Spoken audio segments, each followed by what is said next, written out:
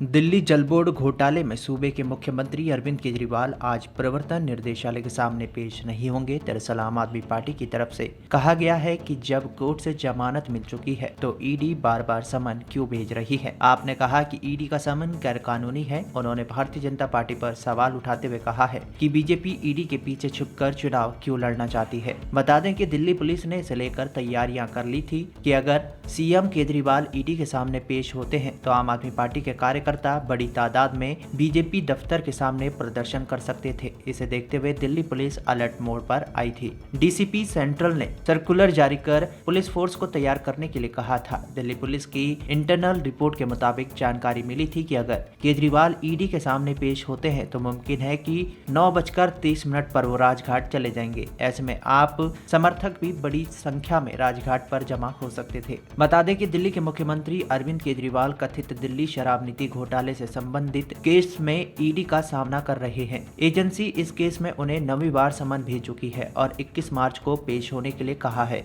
केंद्रीय एजेंसी ने इस केस में सीएम को 21 नवंबर, 3 जनवरी, 18 जनवरी, 2 फरवरी, 19 फरवरी, 26 फरवरी और 4 मार्च को समन जारी किया था। इससे पहले सीएम अरविंद केजरीवाल शनिवार को दिल्ली की राउज एवेन्यू कोर्ट पहुंचे थे। कोर्ट ने उन्हें केंद्रीय एजेंसी की शिकायत पर नोटिस जारी किया था। शिकायत पर एक सुनवाई के लिए केजरीवाल को वीडियो कॉन्फ्रेंसिंग के जरिए बेंच के सामने पेश हुए थे, लेकिन दूसरी सुनवाई के लिए कोर्ट ने उन्हें अदालत में मौजूद रहने को कहा था। मसलन अदालत ने ये मानते हुए कि सीएम के खिलाफ लगाए गए आरोप जमानती है, उन्हें कुल 50,000 रुपए के 2 अलग अलग बॉन्ड पर जमानत दे दी थी। दिल्ली की एंटी करप्शन ब्रांच को मिली शिकायत के मुताबिक दिल्ली जल बोर्ड ने कॉरपोरेशन बैंक को अपने उपभोक्ताओं के बिल कनेक्शन का जिम्मा दिया था। इसके लिए बैंक से साल 2012 में 3 साल के लिए अनुबंध किया गया था। बाद में इसे साल 2016, फिर 17 और 19 तक के लिए बढ़ा दिया गया। उपभोक्ताओं के कैश और चेक के लिए जल बोर्ड के ही स्थानीय दफ्तरों में ई कियोस्क मशीनें लगाई गई ताकि उपभोक्ता अपने पानी के बिल का भुगतान जमा कर सके। सूत्रों के मुताबिक कॉरपोरेशन बैंक ने कैश और चेक कलेक्शन की जिम्मेदारी